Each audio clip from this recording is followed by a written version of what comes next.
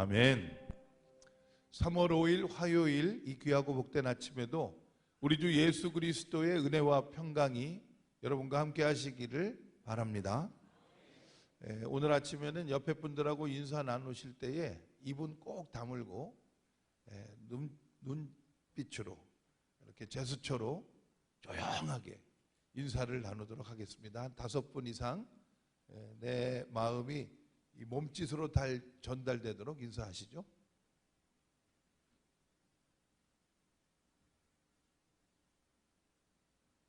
아유, 감사합니다.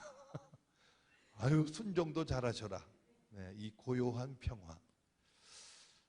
우리 주님은 우리를 고치시는 줄로 믿습니다. 예전에 제가 아는 어떤 원로 장로님은 기도 드리실 때마다 그분만이 사용하시는 반복되는 시그너처 구절이 있었어요. 그거 뭐냐 하면 그렇게 기도하시더라고요.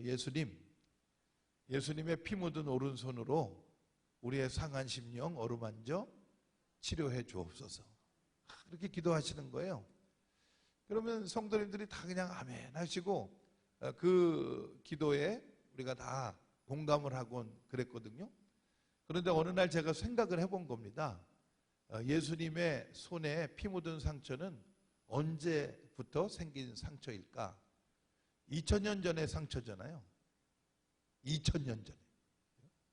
그러면 우리 마음에 생긴 상처는 얼마나 오래된 상처일까? 우리 마음에 생긴 상처는 어저께 생겼거나 지난주에 생겼거나 길어봤자 60년, 70년이더라고요. 예수님은 지난 2000년 동안 도대체 뭐 하시느라고 못 박히신 손, 그 상처, 피 흘리시는 그 손을 치료조차 못하시고 응급처치조차 못하시고 어저께 생긴 우리의 마음의 상처를 어루만지고 계시는 건가? 이제 그 생각을 하는데 가슴이 뭉클한 거예요. 아, 주님도 아프셨는데, 주님도 치료받으셔야 되는데 주님은 당신의 아픔이나 당신의 피 흘리시는 것을 아랑곳하지 않고 우리를 돌봐주시는 것이죠. 우리를 돌봐주시는 줄 믿습니다. 그 은혜를 믿으시길 바랍니다.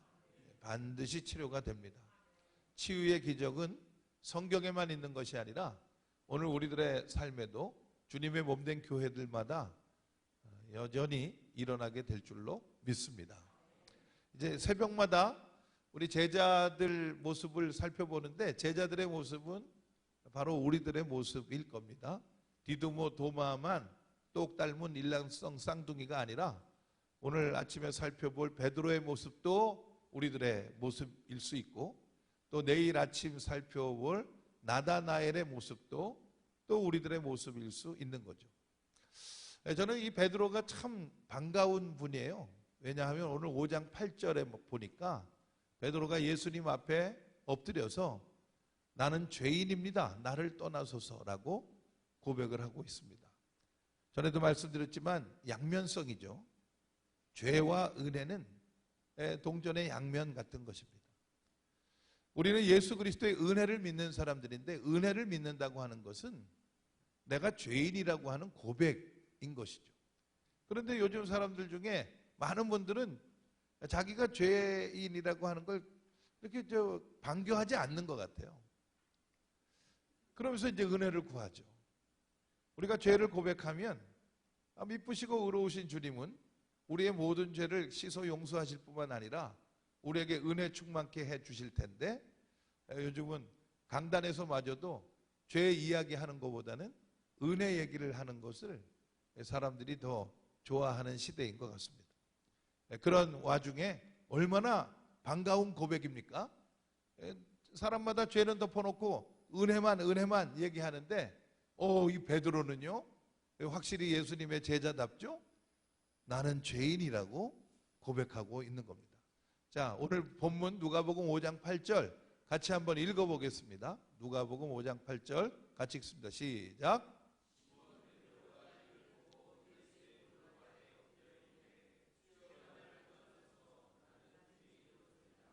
아멘. 궁금해지는 거죠. 시몬 베드로가 이를 보고 그가 어떤 안목으로 어떤 사건을 봤길래 이 기적 앞에서 자기의 죄를 체험하게 되었는가. 이게 굉장히 이제 중요한 포인트인 것 같아요. 우리도 내 죄를 고백할 수 있어야 되는데, 베드로가 보았던, 베드로가 체험했던 죄는 어떤 것인지를, 그런 것들이 우리 가운데 여전히 가능성으로 잠재되어 있다고 하는 것을 오늘 이 누가복음 5장을 통해서 함께 살펴보도록 하겠습니다. 자, 오늘 앞부분 3절 말씀을 읽어보겠습니다. 누가복음 5장 3절 같이 읽습니다. 시작. 예수께서 한 배에 오르시니 그 배는 시몬의 배라 육지에서 조금 떼기를 청하시고 앉으사 배에서 무리를 가르치시더니. 아멘. 5절도 읽어보겠습니다. 5절입니다. 시작. 시몬이 대답하여 이르되 선생님, 우리들이 밤이 새도록 수고하였으되 잡은 것이 없지만은 말씀에 의지하여 내가 그물을 내리리이다 하고. 아멘. 지금 3절과 5절에 있는 말씀 속에 잠재되어 있는 베드로의 성품을 우리가 좀 눈치챌 수 있는데요. 베드로는 완고한 성격입니다. 이분은 쉽지 않은 사람이에요. 호락호락하지 않습니다. 예수님께서 굳이 그의 배를 강단 삼아 사람들에게 말씀을, 복음을 선포하실 때마저도 베드로는 그 예수님의 말씀을 굳이 어깨 너머로 흘리는 사람입니다. 5절에 보니까 물고기 한 마리 잡지 못했는데도 밤을 새워서 또 그물을 던지고 또 그물을 던지고 또 그물을 던지는 그런 아주 굳센 마음이 꺾이지 않는 그런 사람이었습니다. 쉽지 않은 사람, 호락호락하지 않은 사람. 저는 이 베드로를 3-4번 인생이라고 부릅니다. 이분은 뭐든지 한 번, 두 번으로는 안 돼요. 3번을 채우시더라고요. 예수님 모른다고 부인할 때도 3번을 채워요. 부활하신 예수님이 그러므로 이 3-4번 인생 베드로에게 요한의 아들 시몬아, 네가 나를 사랑하느냐? 3번을 확인을 하십니다. 또 사도행전에 보면 요바에 있는 시몬의 집에, 이방인의 집에 가서 복음을 전하라고 하는 말씀을 이제 하늘로부터 환상 중에 보여주시잖아요. 이 부정한 것들을 하나님이 보여주시면서 베드로야, 네가 이거 잡아먹어라 말씀하실 때 나는 유대인이기 때문에 이런 거 먹지 않습니다 할 때도 3번을 반복합니다. 3-4번 인생이에요. 한 번, 두 번 가지고는 이 사람은 안 되는 분이에요. 굳센 사람이죠. 그래서 시몬은 베드로라고 하는 이름을 받게 됩니다. 베드로는 반석인데 반석이라야 좋은 거지. 이 사람은 자칫 너무 완고해서 사람들 걸려 넘어지게 하기 쉬운 그런 아주 굳센 사람, 호락호락하지 않은 그런 분이었다는 겁니다. 몇 년 전에 저희 부모님 산소가 저 마석에 있는 화도 IC에서 나가는 모란공원이라는 곳에 저희 부모님 산소가 있는데요. 거기 비가 많이 내려가지고 산사태가 났다고 연락을 받았습니다. 그래서 저희 형님하고 저하고 그 산소에 이제 갔어요. 이 산소에 이제 홍수가 나서 무슨 피해가 있겠거나 그러고 갔더니 저희들 이제 옆으로는 완전히 그냥 산비탈이 이렇게 밀려 내려간 부분이 있는데 거기는 아주 민망하게 됐죠. 산소들이 다 그냥 파괴돼가지고 관들이 다 그냥 속으로 밑으로 밀려 내려갔는데 누가 누군지 이제 구별을 하지 못하게 됐으니 거긴 정말 아유 안타까운 재난 현장이 됐고 다행히도 이제 저희 부모님 산소는 좀 피해가 없었어요. 근데 피해가 없는데 그런데 거기에도 이제 땅 속으로 물이 흘렀는지 비석이 땅 속으로 푹 들어가 있는 겁니다.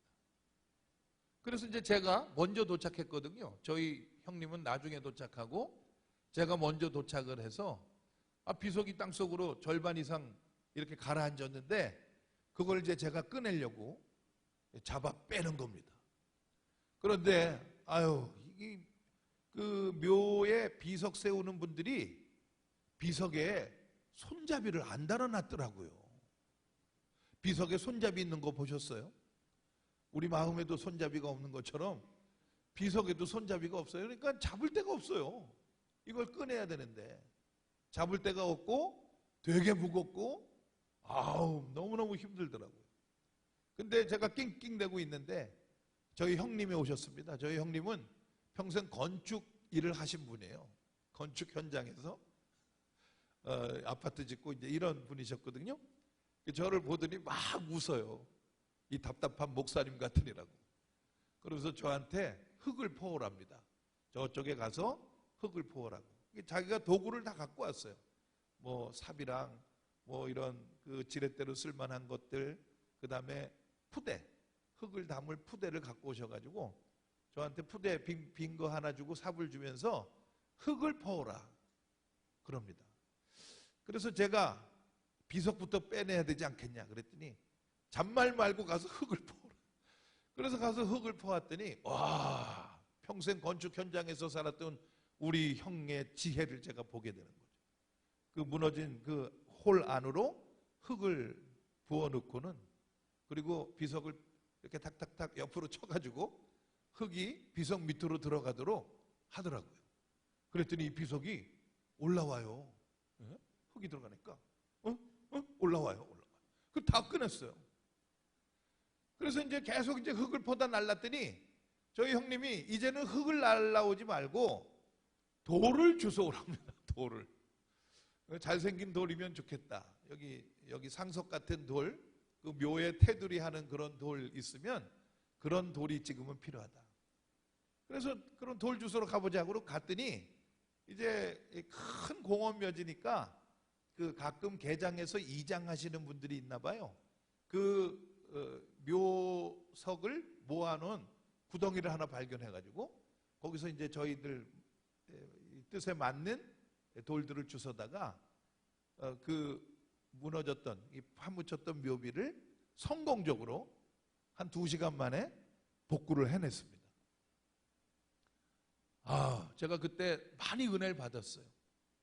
아, 우리 형이 바보가 아니구나. 두 번째, 흙이 필요할 때도 있고 돌이 필요할 때도 있구나. 우리가 세상 사는 것도 그런 것 같아요. 흙 같은 사람이 필요할 때도 있고 돌 같은 사람이 필요할 때도 있어요. 근데 중요한 건 흙 같은 사람이든 돌 같은 사람이든 하나님의 말씀을 들어야 돼요. 시몬 베드로라고 얘기하는데 시몬은 듣는다는 뜻입니다. 신명기 6장 5절에 이스라엘아 들으라, 우리 주 여호와는 오직 한 분이신 여호와시니, 이렇게 시작을 하는데요. 이스라엘아 들으라, 주는 한 분이시다 라고 하는 것을 히브리어로 쉐마 이스라엘 아도나이 엘로힘 이렇게 돼요. 그 쉐마라고 하는 말이 들으라 하는 겁니다. 쉐마와 시몬은 히브리 글자로는 같은 문자를 씁니다. 그 사람들은 모음 없이 자음만 가지고 쓰기 때문에 쉐마라고 쓴 말은 시몬이라고 읽을 수가 있어요. 시몬은 듣는다는 거예요. 하나님의 말씀을 듣는 거예요. 오직 한 분이신 하나님, 말씀하시는 하나님, 그 하나님의 말씀을 들으면 돌 같은 우리 마음이 베드로처럼 바뀌게 될 수 있다는 겁니다. 거치고 넘어지게 하는 돌이 하나님의 말씀을 들으면 교회를 든든히 세우는 그 반석이 될 수가 있는 거예요. 할렐루야. 사무엘상 15장에 완고한 것은 순종이 제사보다 낫고 완고한 것은 사신 우상에게 절하는 죄와 같다 그랬습니다. 완고한 건 죄예요. 그러나 죄인도 복음을 들으면 베드로가 될 수가 있어요. 반석이 될 수가 있어요. 우리 주변에 어쩌면 흙 같은 사람, 돌 같은 사람 다 있을 텐데, 그런데 내가 내 죄를 고백하면 주님은 이 쉽지 않은 우리들을 통해서 하나님의 몸된 교회를 세워내실 줄로 믿습니다. 자, 그래서 말씀을 듣고 우리가 어떤 변화를 한다고 할 때 그 변화 가운데는 우리가 쉬워지는 거예요. 쉬워지는 거. 호락호락하지 않던 우리들이 호락호락해지는 거예요. 저희 집에 이렇게 자주 놀러 오는 저희 선배 목사님 딸내미가 하나 있습니다. 제가 예전에 섬기던 교회에서 아주 그냥, 지금도 그 교회 다니는군요. 그 친구는 거기서 아주 청년기를 잘 지내고 지금은 이제 그 교회에서 뭐 반주도 하고 청년 부장도 하고 하는 그런 제 딸 같은 그런 자매가 있어요. 근데 나이가 40이 이제 막 넘겼는데 결혼을 하지 않습니다. 뭐 하나 뭐 빼놓을 게 없는데 참 좋은 며느리감인데, 신부감인데 결혼을 안 해요. 요즘 사람들은 왜 그런지 모르겠어요.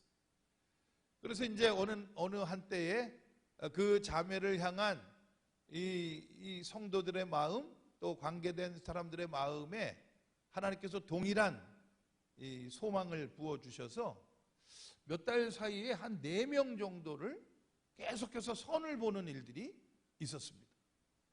그래서 이제 아무개도 누구를 소개해줬다 그러고 아무개도 누구를 소개해줬다 그러고 그래가지고 이제 기도가 저절로 나오는 거죠. 이 아무개가 요번에 이제 이 선을 보는 이 봄 시즌에 좀 누구라도 좀 마음에 드는 사람 만나가지고 결혼을 했으면 좋겠다. 이제 그랬더니 그 4명을 다 선을 보고 결정을 못하고 그냥 지나갔어요. 우리 집에 왔길래 한번 물어봤어요. 왜 또 그랬냐? 내 중에 하나 골라 잡지. 그랬더니 뭐 이렇고 저렇고 얘기하면서 끝에 가서 이 자매가 저에게 하는 말 때문에 우리 부부가 뒤로 벌렁 나자빠졌어요. 이 자매가 뭐라 그러냐면 저희한테 그래요. 목사님, 저 쉬운 여자 아니에요? 그래서 우리가 뒤로 벌렁 나자빠져가지고 좀 쉬워라, 쉬워 좀. 쉽지 않은 게 자랑이냐? 쉽지 않아서 그렇게 혼자 사냐 지금도? 안 쉬웠으면 일찍 갔겠네. 여러분, 말씀 듣고 쉬운 사람 되시길 바랍니다. 제가 목회하면서 어떤 분들이 이 좋은 목사와 어떤 분들이 좋은 관계인가, 목사 입장에서 저분은 참 좋은 성도다라고 하는 느낌을 주는 분들이 어떤 분들인가 그랬더니 제가 쉽게 말할 수 있는 분들이에요. 우리 교회 장로님들 여러분 계시지만 제가 말하기 쉬운 장로님들이 계세요. 근데 어떤 분은 말 못 붙여요. 말 한 번 잘못했다가 얻어맞을지도 모르겠다는 생각을 하는 분들이 있어요. 쉽지 않아요. 쉽지 않으면 좋지 않은 것 같아요. 장로님들만 그런 거 아니에요? 권사님들, 집사님들, 뭐 청년들, 어린이들 중에까지도 제가 쉽게 얘기할 수 있는 분들이 있어요. 집사님 왜 그러셨어요? 권사님 왜 지난주에 안 보이셨어요? 그러시면 어떻게 해요? 쉽게 말할 수 있는 분들이 편안한 분들이에요. 쉬워야죠. 제가 예전에 목회를 하다가 그만둔 적이 있습니다. 교인들이 자꾸 물어봐요. 그때 왜 목회를 하다가 그만뒀냐고. 그런데 목회는 그만둘 만한 일 중에 하나예요. 이제 다른 목사님들도 다 이제 마음에 그런 울끈불끈한 생각을 가지셨겠는데 저는 아주 거칠었거든요. 그래서 그 생각을 그만 실천에 옮기고야 말았습니다. 첫 목회에 트라우마가 있었어요. 그래서 두 번째 목회 시작할 때 그거 참 쉽지 않았습니다. 저한테 그 어떤 공포증이 있었어요. 내가 뭘 두려워하지? 한번 생각을 해봤더니 제가 동그란 걸 두려워하더라고요. 동그란 거. 왜냐하면 그 첫 목회지에서 교인들이 이 철없는 전도사에게 뭐 교회에 여러 가지 문제가 있으면 항의를 하고 불평을 하고 막 비난을 하는데 그때마다 교인들이 다 눈을 동그랗게 뜨고 얘기를 하는 거예요. 그래서 제가 동그란 거 보면 아주 그냥 두려워하는 아주 원형 공포증 이런 게 생겼어요. 그래서 제가 두 번째 목회하면서 하나님이 저에게 은혜 주셔가지고 이 사명을 이제 감당케 됐는데 저는 성도님들에게 아주 잊을만 하면 한 번씩 꼭 부탁을 합니다. 우리 성도님들 세상에서 뭐 속상한 일 있고 분풀이 할 거 없으면 저한테 와서 분풀이 하세요.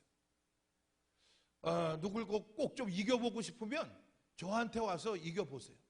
제가 져드릴 수 있습니다. 그런데 연습은 한번 하고 오셔야 됩니다. 내가 동그란 걸 보면은 무서워하는 병이 있으니까 그런 목적으로 저에게 올 때는 좀 연습을 하고 오셔야 되는데 눈을 동그랗게 뜨지 말고 세모나게나 네모나게 뜨는 연습을 하고 좀 오시면 좋겠습니다. 그런 광고를 이제 가끔 하는데도 우리 성도님들이 오셔서 저한테 이제 눈 동그랗게 뜨고 막 들이대실 때가 있어요.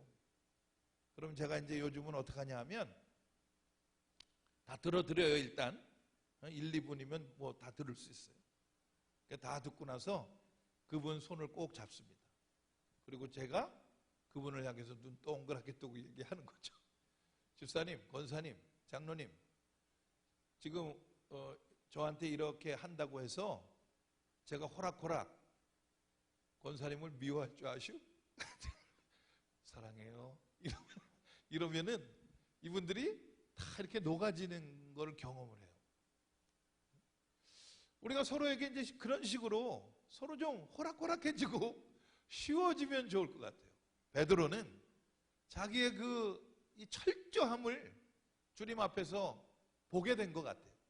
그리고 그 앞에 이제 무릎을 꿇고 나는 죄인입니다. 나를 떠나소서 그렇게 고백을 하고 있는 거죠. 주님이 나는 죄인입니다. 나를 떠나소서라고 고백할 때 떠나시는 분이 아니죠.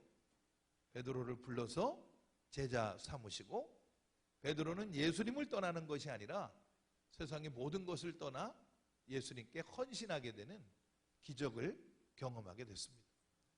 쉽지 않은 베드로, 자기의 죄를 고백함으로 예수님의 제자가 되었다. 이것이 오늘 중요한 교훈이 되시기를 바랍니다. 자, 두 번째는 이제 7절 말씀인데요. 베드로는 참 재밌는 특징을 가지셨더라고요. 자, 7절 말씀을 읽어보겠습니다. 7절입니다. 시작.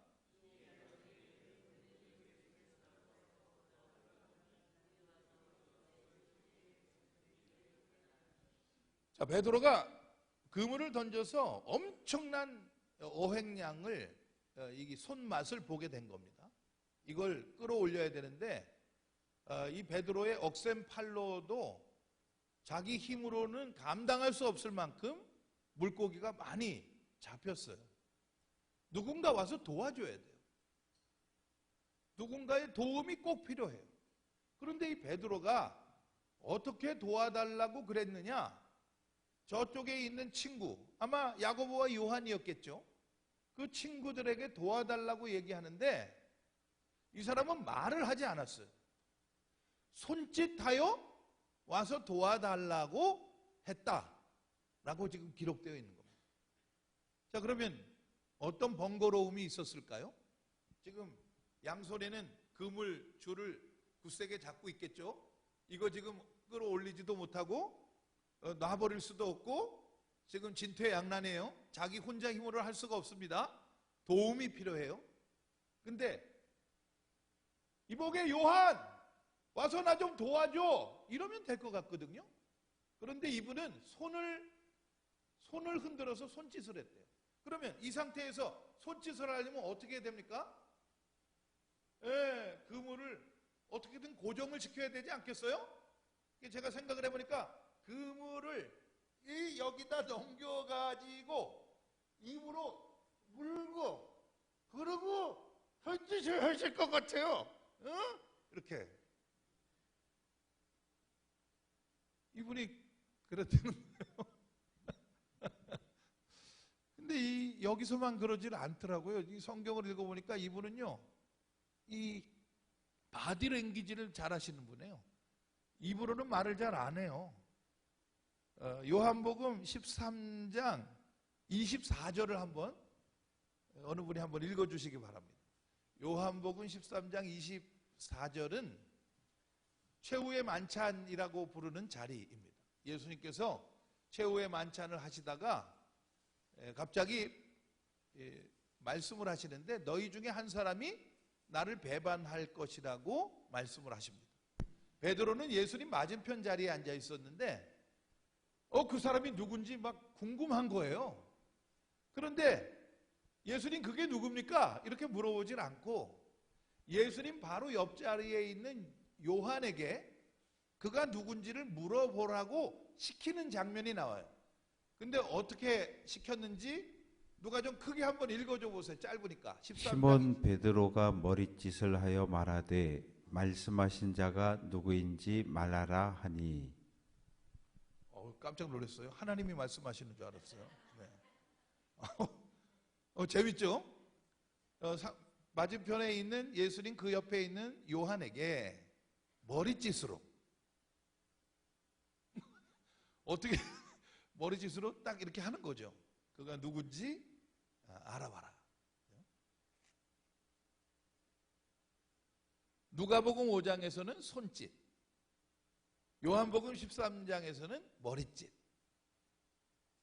자, 사도행전 12장도 한번 보겠습니다. 사도행전 12장 17절인가요? 사도행전 12장 17절. 거기서는 또 뭘 하는가 한번 보겠습니다. 사도행전 12장 17절. 베드로가 어떻게 했다고요? 손짓하여 조용하게 하고. 그러니까 사람들이 막 얘기를 하는데 베드로가 자기가 할 말이 있는 거예요. 그런데 어떻게 했냐면 딱 이러고 있었던 거예요. 딱 이러고. 조용해지면 얘기하는 거죠. 뭐가 느껴지십니까? 베드로는 이 입으로 말하기보다는 몸짓으로 말하는 분이에요. 그러니까 상대방이 베드로를 향해서 이 시선을 두지 않으면 베드로하고 의사소통하기가 참 힘든 분이에요. 손짓, 머리짓 이걸 하시는 분이에요. 이게 좀 문제였던 것 같아요. 나는 죄인입니다. 나를 떠나소서. 그가 발견한 자기의 죄는 뭔가 입으로 말하지 못하는 거예요. 고린도전서에 보면 예언이란 사람에게 말하여 덕을 세우고 권면하고 안위하는 것인데 너희는 방언보다 예언하기를 힘쓰라 말씀을 하셨습니다. 그러니까 우리가 예언자가 돼야 돼요. 우리 춘천제일교회도 명자씨들이 많은데요. 우리 교회도 명자씨들이 많습니다. 김명자, 이명자, 박명자. 그래서 제가 그 명자씨들에게 어느 날 한번 설교를 한 적이 있어요. 세상에 있는 모든 명자씨들. 자신들이 김명자, 박명자인 줄 아는데 사실은 우리가 다 사명자입니다. 우리가 다 사명이 있는 거예요. 서로를 복되게 할 사명이 있는데 서로 복되게 하려면 우리 뭘 해야 되냐면 서로 말을 해야 돼요. 말을 해야 돼요. 입을 열어서 말을 해야 돼요. 부부지간에 이 관계가 좀 이렇게 이 속이 엉키고 그렇게 되면 저희 아내도 그런 얘기 할 때가 있더라고요. 부엌에서 뭘 딱딱딱딱딱 뭘 해요. 유난히 소리가 커요. 근데 제가 이제 그 소리가 유난히 클 때 거기에 관심을 가지고 무슨 일이야?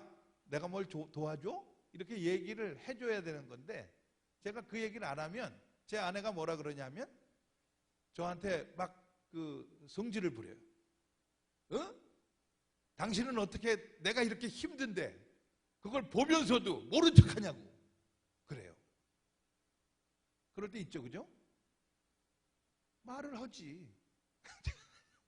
저의 반응은 그거죠. 말을 하지. 사람에게 말하여 덕을 세우고 권면하고 위로하는 것, 그것이 예언인데 고린도전서에 우리에게 예언자 되라고 하셨어요. 우리는 서로에게 말할 사명이 있는 겁니다. 제가 속초에 처음 이사 가가지고 이제 신방을 하는데 15층, 아파트 15층에 사는 어떤 가정을 방문하고 내려오게 됐습니다. 엘리베이터를 저하고 저희 아내가 그리고 전도사님이 이렇게 타고 있었어요. 엘리베이터가 내려오다가 중간에 한번 멈추더라고요. 그러더니 어떤 아주머니가 강아지 한 마리 안고 타셨습니다. 저희도 집에서 강아지 키우기 때문에 강아지가 이쁘게 생겨서 인사를 드렸죠. 안녕하세요. 강아지가 예쁘네요. 몇 살이에요? 그랬더니 이 아주머니가 제가 물어봤잖아요. 안녕하시냐고. 강아지 몇 살이냐고. 그러면 저한테 안녕하냐고. 이 강아지는 몇 살이라고 얘기하시면 될 텐데 저한테 말을 안 하고 걔한테 얘 뽀삐야. 너도 이 아저씨께 안녕하세요. 저는 3살이에요. 얘기를 하라. 그러는 거예요. 오이씨. 그 엘리베이터 안에서 저는 순간적으로 개만도 못한 인간이 돼버리고 말았어요. 걔한테 얘기를 하요.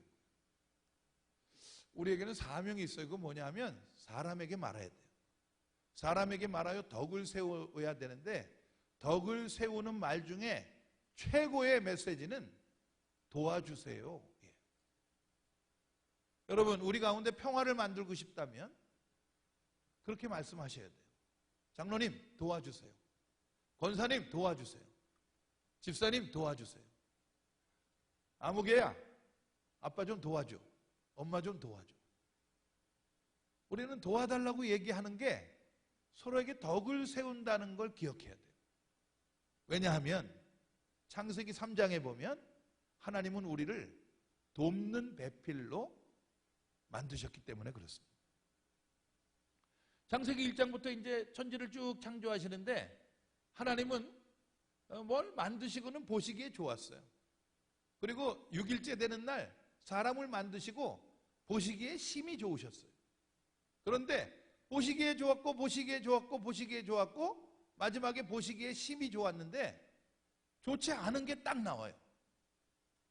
하나님 보시기에 좋지 않은 게 뭐냐? 사람이 혼자 사는 것이 좋지 않았어요. 그래서 아담을 잠들게 하시고 하와를 지어서 짝을 맺어주시는데 그 과정에서 하나님이 선포하십니다.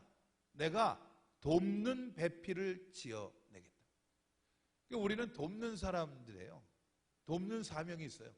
그 돕는 일을 할 때 우리는 가장 행복하고 가장 보람되도록 그렇게 창조된 피조물이에요. 하나님이 그런 의도로 우리를 만드신 거예요. 그래서 우리는 잘 도와야 하고요. 사람에게 덕을 세우는 일이 도와달라고 부탁하는 거예요. 그러면 그 사람이 가장 복되게 되는 거예요. 도와달라고. 여러분, 제가 전도사 때 말이죠. 교회에서 아동부 맡았었는데 제가 이제 아동부 전도사로 처음 일하던 해에 제 마음에 이제 꿈이 있었어요. 그 뭐냐면 여름 성경학교 잘하고 싶었어요. 여름 성경학교 잘하고 싶어가지고 3월, 4월부터 준비 작업을 시작했어요. 선생님들하고 같이 기도하면서 그리고 이제 5월, 6월에 이제 그 전달 강습회 가가지고 찬양도 배우고 말씀도 배우고 잔뜩 배워왔습니다. 그때는 이 PPT 이런 게 없었기 때문에 궤도에다가 복음성가 찬송가 다 가사 써가지고 여기다 걸어놓고 할 때거든요. 그런 것도 다 준비도 하고 그랬어요. 그래서 이제 여름 성경학교가 빰빰빰 이제 시작을 하게 되겠습니다. 흰 구름 뭉게뭉게 하면서 이제 시작을 하는데 시작하는 날 3월 달부터 그렇게 준비 기도회를 하고 함께 했던 선생님들 중에 절반이 넘는 분들이 못 오셨어요. 그래서 제가 골이 난 거죠. 심통이 나가지고 제 속으로 어떤 생각이 들었냐면 야, 어떻게 이럴 수가 있냐. 이 선생님들이 그렇게 오랫동안 준비를 했는데 하필 오늘 안 오나. 그래가지고 제가 삐져가지고요. 일을 혼자 했어요. 혼자 북치고 장구치고 혼자 찬양하고 율동하고 혼자 예배 인도하고 그랬어요. 선생님들이 늦게 왔어요. 조금씩 이제 1시간 30분 지나니까 조금씩 왔어요. 근데 보니까 이분들이 전도사가 보니까 아주 그냥 불덩어리가 돼 있거든요. 신경질이 나가지고 시뻘개져가지고 혼자 하고 있는 거예요. 혼자. 그러니까 이 선생님들이 전전긍긍하는 거죠. 아이고 저 전도사를 좀 어떡하나 이러면서 말도 못 붙이고 말이죠. 어리석게도 말이죠. 제가 그 오랜 세월이 지난 후에 은혜 받고 회개를 했습니다. 그때 제가 어떻게 했었어야 되느냐? 그 선생님들 늦게 오셔서 겸연쩍어 하시고 미안해하는 선생님들에게 제가 그 말을 했어야 됐었어요. 집사님, 지금이라도 오셨으니 잘 오셨어요. 아무리 더딜지라도 지체되지 않은 줄로 믿습니다. 무조건 하면 되는 겁니다. 저 좀 도와주세요. 이것 좀 도와주세요. 그랬으면 이 선생님들이 얼마나 마음 편하게 그 성경학교를 즐겁게 했었을까. 이거를 생각하면 지금도 부끄러워요. 우리 춘천제일교회 성도님들은 다 사명자인 걸 기억하시고 서로에게 도와달라고 말할 수 있게 되시기를 바랍니다. 도와달라고 말하는 거 부부지간에 정말 덕스러운 일이고요. 부모님들이 자녀들을 주도적으로 키우는 일 중에 하나가 자녀들에게 아빠 좀 도와줘, 엄마 좀 도와줘, 이렇게 구체적으로 부탁하는 거예요. 아들 녀석들한테는요, 이거를 언제까지 이렇게 해주는 게 도와주는 거라고 시간과 장소와 규모를 분명하게 지정해 주는 게 중요하다고 합니다. 도와달라고 얘기할 수 있는 우리 춘천제일교회 모든 성도님들 되시기를 바랍니다. 베드로는 그 말을 못 하시는 거예요. 그래서 주님 발 앞에 엎드려서 주여 나는 죄인입니다. 나를 떠나소서 얘기했지만 그러나 또 주님은 도우시는 주님이시죠. 그래서 베드로를 이끌어 가시는 겁니다. 자, 마지막으로 베드로가 본 죄는 어떤 거냐 하면 2배에 가득 채우시는 거예요. 7절에 나왔던 그 말씀입니다. 자, 말씀에 의지하여 깊은 곳에 금을 던졌더니 어떻게 됐어요? 2배에 가득 채울 만큼 그물이 찢어지도록 잡힌 겁니다. 그걸 보고 아마 자기 죄를 깨달은 것 같아요. 이건 우리가 이 시대를 살아가는 우리들도 깨달아야 되는데, 하나님은 우리를 통해서 이웃의 배를 채우시려고 우리를 부르시는 줄로 저는 믿습니다. 이 사람들은 자기 배만 채우려고 그래요. 하나님께 늘 그만큼만 기도를 하는 것 같아요. 하나님 내 배만 채워주세요. 그런데 주님은 우리보다 우리의 필요를 더 잘 아시는데, 우리의 쓸 것 더하기, 하나님은 우리를 복되게 하시려고 우리를 통해서 세상의 필요를 채우시는 거거든요. 그게 우리의 사명이에요. 그 사명에 확신이 있어야 돼요, 우리가. 여호수아 5장에 보면 40년 광야 생활을 했던 이스라엘 백성들이 길갈이라는 곳에서 여러 가지 변화를 경험하게 됩니다.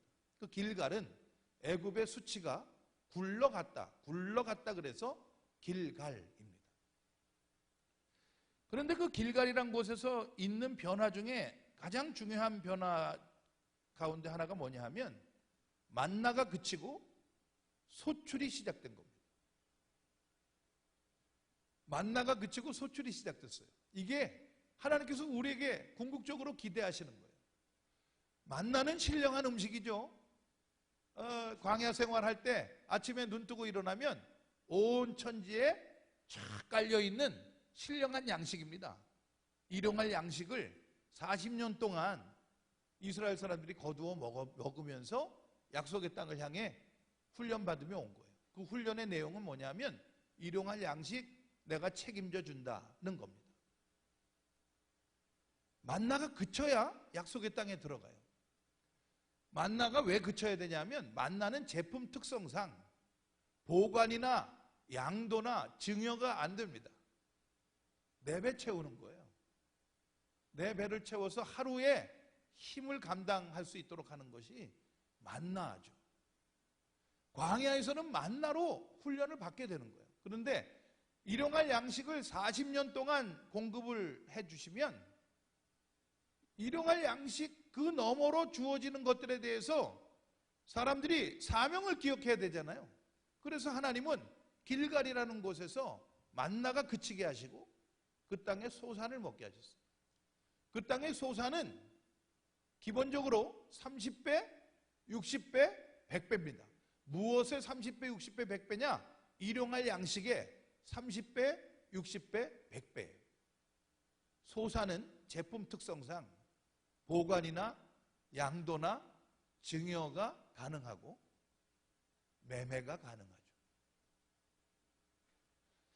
약속의 백성들이, 이스라엘 사람들이 만나로 훈련을 받았다면, 제대로 훈련이 됐다면 소출이 생겼을 때 나의 일용할 것을 채우고 남는 29, 59, 99를 나누고 베풀고 선한 일을 했었어야 되는 건데, 이게 매매가 되니까 돈으로 바꿔가지고 그걸 다 이제 차고 있는 겁니다. 베드로도 그렇게 살았을 거예요. 베드로도 약속의 땅에 사는 어부였으니까요. 이때까지 그물을 던질 때에 남의 배를 채울 작정으로 그물을 던져본 적이 없었을 겁니다. 늘 내 배를 채우고자 하는 그런 자기중심적인 관점에서 그물을 던졌더니 잡히는 것이 없어요. 밤이 새도록 수고해도 뭐 잡히는 게 없어요. 소득이 없어요. 그런데 말씀에 의지했다는 거예요. 예수님의 말씀은 복음인데, 복음이란 아무리 내 힘으로 어떻게 해보려고 해도 안 되던 인생이 주님께 헌신을 하면 내 배만 아니라 이웃의 배도 채울 수 있는 축복의 주인공이 될 수 있다고 하는 것이 말씀이고 복음인 것이죠. 할렐루야. 베드로는 이걸 깨달은 것 같아요. 아, 내가 이때까지 욕심내며 살았구나. 주님은 주님 말씀에 순종하면 내 배만 채우는 것이 아니라 친구들의 배도 채울 수 있는 거구나.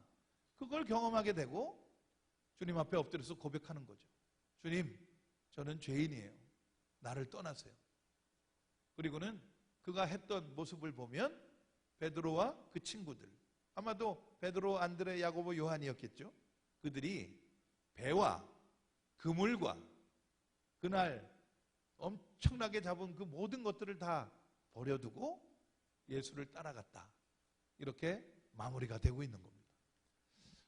우리 춘천제일교회 모든 성도님들이 이 시몬 베드로의 이야기를 통해서 내 죄를 보게 되시기를 바랍니다. 우리가 이기적이에요. 이기적이에요. 우리가 자기중심적인 육신을 입고 있는 한 우리는 그 한계를 극복할 수가 없는 것 같아요. 그러나 우리가 믿음의 눈을 떠서 주님을 바라봐야 됩니다. 주님은 언제라도 주님의 넉넉한 것으로 우리를 통해 이웃과 세상의 필요를 채우시려고 은혜 내려주시는 줄 믿습니다. 우리가 그 은혜를 기억하고 자기중심적인 죄악된 삶에서 돌이켜야 하는 거죠.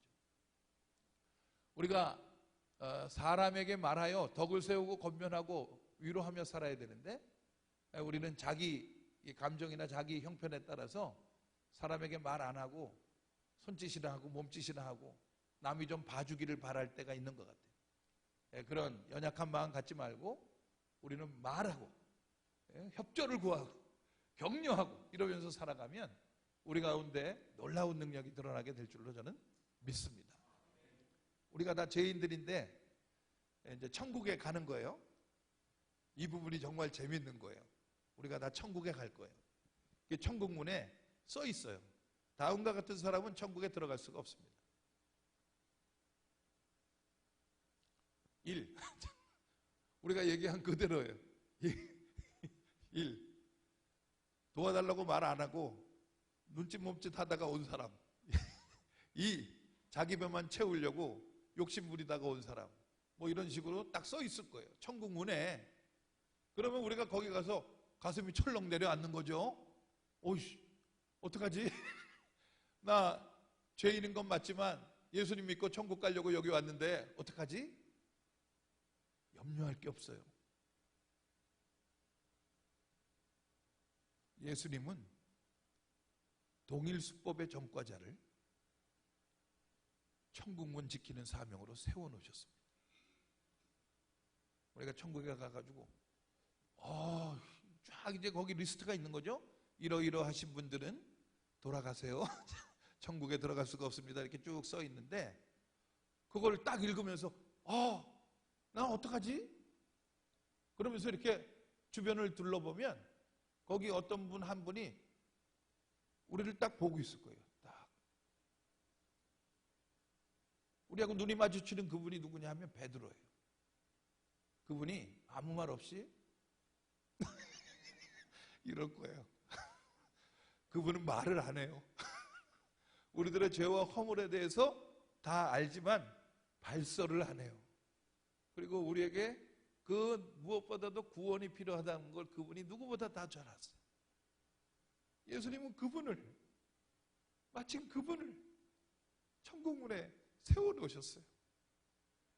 저는 그거를 그렇게 표현해요. 나하고 동일 수법의 전과자 베드로를 천국문 지키게 해놓으셨어요. 천국문 가면 여러분들도 그분을 찾으셔야 돼요. 눈 두리번거리면서 딱 찾으면 저 뒤에 그분이 계실 겁니다. 눈이 딱 맞으면 정말 말할 수 없이 애처로운 표정으로 그분을 보셔야 돼요. 그럼 그분이 그러면서 들어가면 돼요. 믿으시기 바랍니다. 믿음으로 살아가는 거죠. 우리 주제가 부르고 기도 드리겠습니다.